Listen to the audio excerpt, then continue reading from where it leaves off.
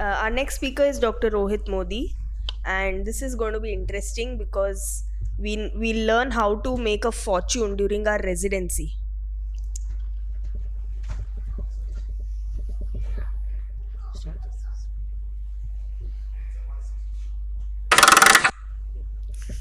Yeah. So I'll just start with this quote. We are what we repeatedly do. Excellence is not an act, but a habit. And a lot of things which I've discussed in this are the principles taught to me by my dad. And a lot of things were said in a very formal way, in a very nice way, with a lot of references in the book Psychology of Money. And in residency we always have a thought that we are getting a meager salary. At least that was 12, 13 years back. In most of the residency courses the salary was less, but building wealth is very little to do with your income or investment returns, lots to do with your saving rates. And I'll just give you an example that Ronald James Reed was known as an American philanthropist, investor, janitor, and a gas station attendant. This guy, for most of his life, was a gas station attendant, and after that, he became a janitor.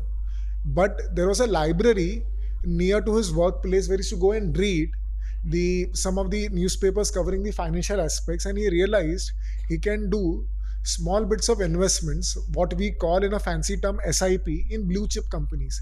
And he kept that discipline all his life. So when he died, he donated around $7 million. My God.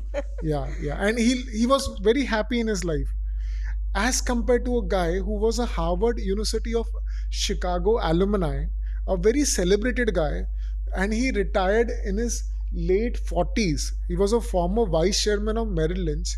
He declared bankruptcy in 2007 and 8 because of his lifestyle and absurd high risk investments. So these are like contrasting opinions. And if we found someone who is actually a Harvard graduate in finance, someone as compared to a gas station attendant, you can very well imagine the knowledge this Richard guy would have had as compared to Ronald Reed. So why do I need to convince you all to start financial planning early?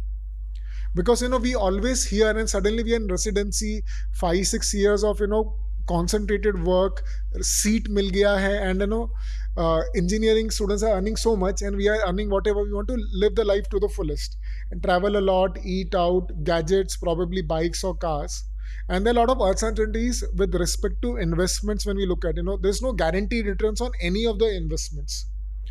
And but what's in my control is that during residency, probably our expenses are on the lower side if we can stay frugal, and a high personal saving rates. Resident salary is nowadays pretty good, 60K to 70K. And thanks to Modi ji, nearly till 7 lakh rupees, no taxation is required. So, and if you're staying in a hostel, you're single, not married, you can easily think of investing 30K a month. Now, what this 30K can do for you? Now, if I'm calculating 30,000 rupees for 6 years, I'm counting 3 years of junior residency, 3 years of senior residency at 10% return. Trust me, 10% in today's times, when it is the India's moment, is highly conservative. Even if you put it into, like, really average, below average funds, you would probably clock 10% in 6 years, and you will make around 30 lakh rupees when you pass out, as compared to 14 15% is the norm. Even if you put it in a passive index fund, we just had that discussion in our Yo Pavilion, you would make something like between 30 to 35 lakhs. And the cost of setting up a OPD is around 12 lakhs with the current rates what I'm looking at. This is, depending upon what stuff I would have preferred to buy. Rent and interiors would be additional something like 8 10 lakhs. You still have some payment left with you to go through the initial phase. Obviously OT setup wouldn't come, but that amount does what for you? It gives you the freedom to choose things. And what I am suggesting is First take out your saving and then plan your expenses, especially early in career.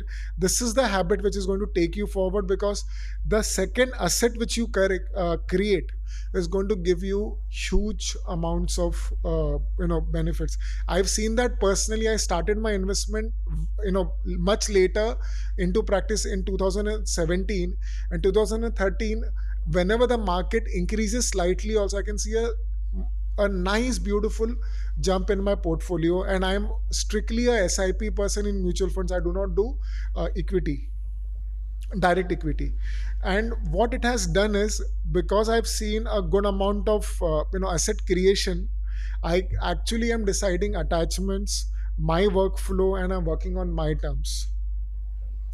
And sorry, I did it on some other software. So every bit of savings is like taking a point in the future that you would like to be owned by someone else, and giving it back to yourself. This is the power of having financial strong roots, and this is what this can give us a lot of peace of mind. Thank you. So thank you, Modi ji. First of all, I think what they recommend is 10% is what the inflation rate is marked today. Yeah, yeah. So 10% in your or 8% in your FDs that we often put on is not apt, Absolutely because you're agree. making a loss of 2 to 3% there, right? Absolutely. Also, they say that one sort of investment is not the best way to invest. You should mix it up, and mutual funds or SIP is probably the easiest for us. I and agree with you. probably the I best. completely agree. Put Yeah. your eggs in all baskets. Yes, yes. Only thing is, whatever I have, little bit knowledge I have of discussing with friends and colleagues, we discuss a lot about stocks. Yes. But there is something known as our asset allocation, and the second is time allocation. So Correct. we give a lot of time to discuss that. Correct. But ultimately, when we sit down and think how much percentage of our net value we have invested in equity, that is, barely any one of us would cross 20%, 20 or 25%. 20, 25% would be on a higher You side. have to be very hands-on with stocks. So that's where Not you, stocks, I'm saying about equity. So Equity. mutual funds are very Mutual- easy. I'm Yeah, sorry. mutual So I didn't fund is- mean stocks. I meant Okay. equity, whether it is through mutual Yes. funds or through direct stocks. I am not a big fan of direct stocks. Yeah, I'm in direct stocks, so I know it's very difficult for Very- anybody who's practicing to be part of that. Yeah. So if you have somebody handling your portfolio, it's fine. But mutual funds, I do agree, are very good option of getting your future right. But mix it up. I think you should mix it up. Get your interest high. Come into stocks a little bit. It'll help you Yeah. out. So if you don't want to give in time, just sit once or twice a month. If you're doing the SIP in mutual funds, that would give you a decent amount of returns. Great. Sure. Thank you. Right. Thank you. Thank you.